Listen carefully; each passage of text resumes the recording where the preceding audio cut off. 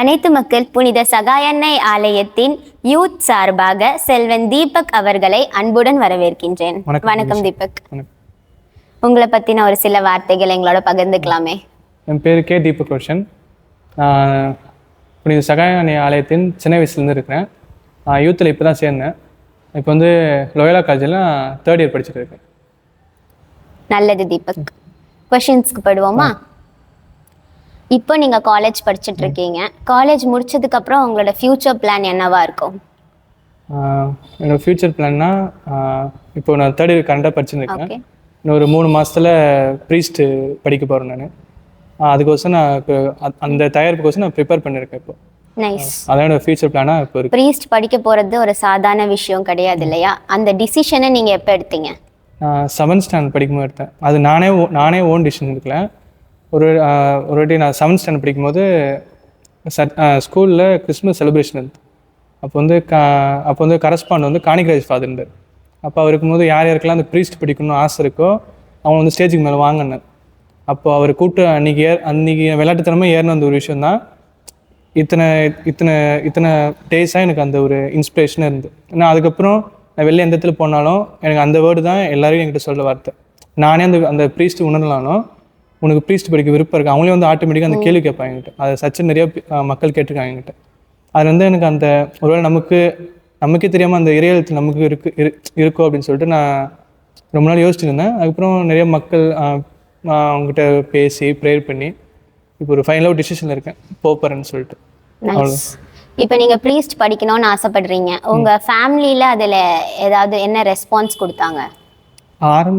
ஆரம்பத்தில் தான் எல்லா ஃபேமிலியும் காமனாக இருக்கிற ஒரு விஷயம் தான். ப்ரீஸ்ட்னா அது நம்ம ஃபேமிலி விட்டு போகிற ஒரு விஷயம். அது லைஃப் லாங். அதுக்கப்புறம் அது வேறு டெஸ்டினியாக மாறிடுது. அதுமாரி இருக்கும்போது வீட்டில் எல்லோரும் ஃபஸ்ட்டு எல்லாம் சொன்னது வேணாம் தான் சொன்னாங்க. அதுக்கப்புறம் அம்மாக்கிட்ட பேசி அதுக்கப்புறம் கொஞ்சம் பேசி அதுக்கப்புறம் அவங்க சரி சொல்லி அதுக்கப்புறம் எங்கள் அப்பாக்கிட்ட பேசி அதுக்கப்புறம் இப்போ எல்லாம் கொஞ்சம் இதுவாக இருக்குது. நீங்கள் இப்போ 7th ஸ்டாண்டர்டில் வந்து ப்ரீஸ்ட் ஆகணுன்ற ஒரு டிசிஷன் எடுத்தேன்னு சொன்னீங்க. 7th ஸ்டாண்டர்டுக்கு அடுத்து நீங்கள் எவ்வளோ பங்குக்கு கொடுத்தீங்க? நான் 7th படிக்கும்போது நான் ப்ரீஸ்ட் படிக்க டிசைட் பண்ணேன். அப்போதைக்கு எனக்கு ஒரு ஆசை வந்தது. அதுக்கப்புறம் அந்த டெஸ்டினி போகிறதுல நானும் வந்தேன். இப்போ டிசைட் பண்ணதுன்னா நான் அந்த காலேஜ் வந்து ஃபஸ்ட் இயர் சேர்ந்ததுக்கப்புறம் டிசைட் பண்ணது ஃபாதருக்கு படிக்க போகலாம் அப்படின்னு சொல்லிட்டு. அதுக்கப்புறம் சர்ச்சுக்கு வந்து எனக்கு ஒரு விஷயம் எனக்கு அதிகமாக பிடிச்சதுன்னா அது சர்ச்சு. அப்போ சர்ச்சில் எந்த வேலை கொடுத்தாலும் பண்ணுறது தான். இப்போ சின்ன ஒரு சேர் எடுத்து போட்டாலும் அது அந்த விஷயம் எனக்கு பிடிச்ச மாதிரி தான். அதனால் எனக்கு சர்ச்சில் எந்த வேலையாக இருந்தாலும் சரி, அது யூத்தில் வேலையாக இருந்தாலும் சரி, இல்லை சர்ச்சில் ஏதோ ஒரு நம்ம மக்கள் ஏதோ ஒரு வேலை கொடுக்கலாம், அது எனக்கு பிடிச்ச விஷயமா நான் அதை பண்ணி செய்வேன். அதுலேருந்து அது எனக்கு அந்த விஷயம் தான் எனக்கு இப்போ நான் ஒரு ஃபாதர் ஆனாலும் அந்த கற்றுக்கின விஷயம் தான் நான் அங்கே பயன்படுத்த நிறைய விஷயம் கற்றுக்கிட்டேன். இப்போ ஒரு ஃபாதரை பார்த்து நீங்கள் இன்ஸ்பயர் ஆகிருப்பீங்க இல்லையா? இந்த மாதிரி நம்மளும் ஒரு சர்ச்சை லீட் பண்ணணும், இந்த மாதிரி நம்ம இருக்கணும் அப்படின்னு சொல்லி ஒரு ரோல் மாடலாக நீங்கள் ஒரு ஃபாதரை ஃபிக்ஸ் பண்ணியிருப்பீங்க இல்லையா? அவங்கள பற்றி சொல்ல முடியுமா? இப்போது கரண்ட்டாக இன்ஸ்பயர் ஆகிருக்கிறது வந்து செயின்ட் ஒருத்தர். அவர் பேர் வந்து பாதிரி பி. ஒரு பேர். அது வந்து ஒரு செயின்ட். அவர் வந்து கப்புச்சின் சபையில் அந்த சபையில் ஃபாதராகி இருந்தவர். அவருக்கு வந்து அவர் லைஃப் எப்படி இருக்குன்னா 16 மணி நேரம் இதில் இருப்பார், கன்ஃபர்மேஷனில் இருப்பார். மிச்சம் இருக்கிற டைம் பீரியடில் தான் அவரோட பர்சனல் லைஃப்பை அவர் பார்த்துப்பார். ஸோ அதுமாரி நிறையா இன்ஸ்பிரேஷன் இருக்கும். ஜான் மரியவன் இருப்பாங்க. நான் வந்து இன்ஸ்பிரேஷனாக இப்போ வச்சுக்கிறதுனா எல்லாமே செயின்ட்டிங்கில் தான் வச்சுருக்கேன். இப்போ அவங்ககிட்ட கற்றுக்கின விஷயம் தான் நான் ஃப்யூச்சரில் யூஸ் பண்ணுவேன். அந்தமாரி நீங்கள் இப்போ நீங்கள் எப்போவுமே மார்னிங் ஈவினிங் ப்ரேயர் பண்ணுவீங்களா? பழக்கம் இருக்குது. டே டு டே ப்ரேயர் பண்ணும்போது இந்த விஷயத்துக்காக நான் எப்போவுமே ப்ரேயர் பண்ணியிருக்கேன், அது என் வாழ்க்கையிலையும் நடந்திருக்கு அப்படின்ற ஒரு விஷயம்னா என்னது?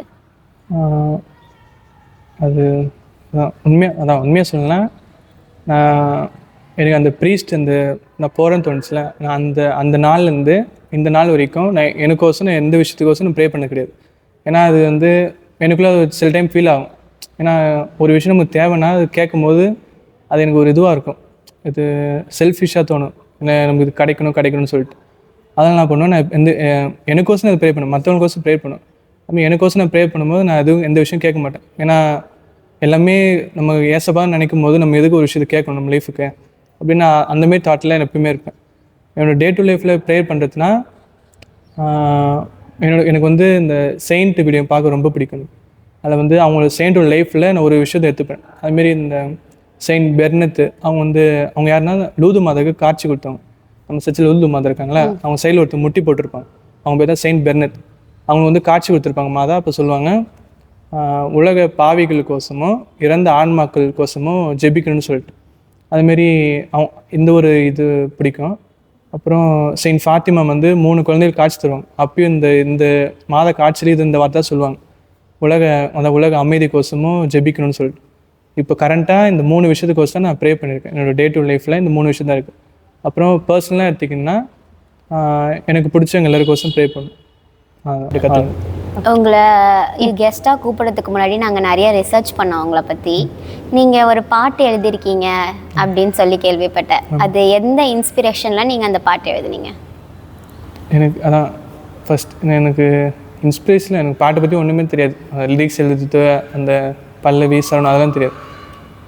எனக்கு எப்படின்னா எனக்கு ஒரு விஷயம் ரிலேட்டட் டு குட்ஸ், அதான் நல்ல விஷயமா தெரிஞ்சுன்னா அது வந்து எனக்கு அது ஏசப்பா தான் எனக்கு அந்த எண்ணத்தை தரான்னு சொல்லிட்டு அந்த விஷயத்த பண்ண ஆரம்பிப்பேன். எந்த விஷயமா இருந்தாலும் சரி.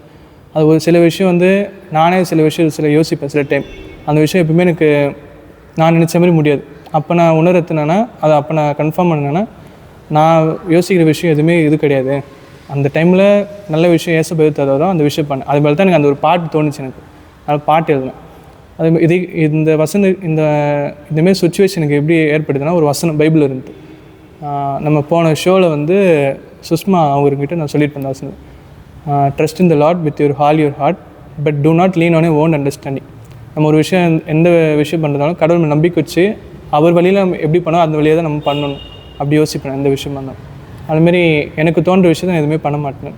அதான் அது குட்டாக இருந்தாலும் சரி பேடாக இருந்தாலும் சரி, ஒரு விஷயம் பண்ணுறதுனா அது ப்ரேயர் பண்ணிட்டு தான் அடுத்த விஷயமே எதாவது பண்ணுவேன். இப்போ நீங்கள் காலேஜ் ஃபைனல் இயர் படிக்கிறீங்கல்ல? ஆமாம். இதுக்கப்புறமா நீங்கள் ப்ரீஸ்ட் ஆகணும்னு ஆசைப்படுறீங்க. ஸோ ப்ரீஸ்ட் கம்ப்ளீட் பண்ணுறதுக்கு எவ்வளோ இயர்ஸ் ஆகும்? ஃபஸ்ட் நான் ப்ரீஸ்ட்டு சேர்த்துக்கு முன்னாடி எனக்கு ஒரு 10 days இல்லை 50 daysக்கு கேம்ப் ஒன்று வைப்பாங்க. அந்த கேம்ப்பை நான் அட்டன் பண்ணுறதுக்கு தான் நான் அந்த ப்ரீஸ்ட்டுக்கு ஃபஸ்ட் இயரில் போய் படிக்க முடியும். நான் படிக்க போகிற காங்கிரேஷன் வந்து மொத்தம் 9 years. செங்கல்பட்டு எஸ்எஸ் படிப்போம். அதுமாதிரி நிறைய காங்கிரிகேஷன் இருக்குது. கப்புச்சின் இருக்குது, சலேஷியன்ஸ் இருக்குது, ஜெஸ்யூட் இருக்குது. அது ஒரு சபைக்கு ஏற்ற மாரி ஒரு இயர்ஸ் வந்து அவங்க பிரிச்சிருப்பாங்க. இப்போ நான் போய் படிக்கிறதுக்கு நான் மொத்தம் 9 years ஆகும். ஓகே. இப்போ இது ஒரு இமேஜினரி கொஸ்டின் தான். நீங்கள் 9 years கம்ப்ளீட் பண்ணிட்டீங்க. உங்களுக்கு வந்து காங்கிரிகேஷன்லேருந்து ஒரு சர்ச் கொடுத்துருக்காங்க. அதில் நீங்கள் வந்து இப்போ நீங்கள் தான் பாரிஷ் ப்ரீஸ்ட். ஓகே, அங்கே போய் நீங்கள் என்னென்ன இனிஷியேட்டிவ் எடுப்பீங்க?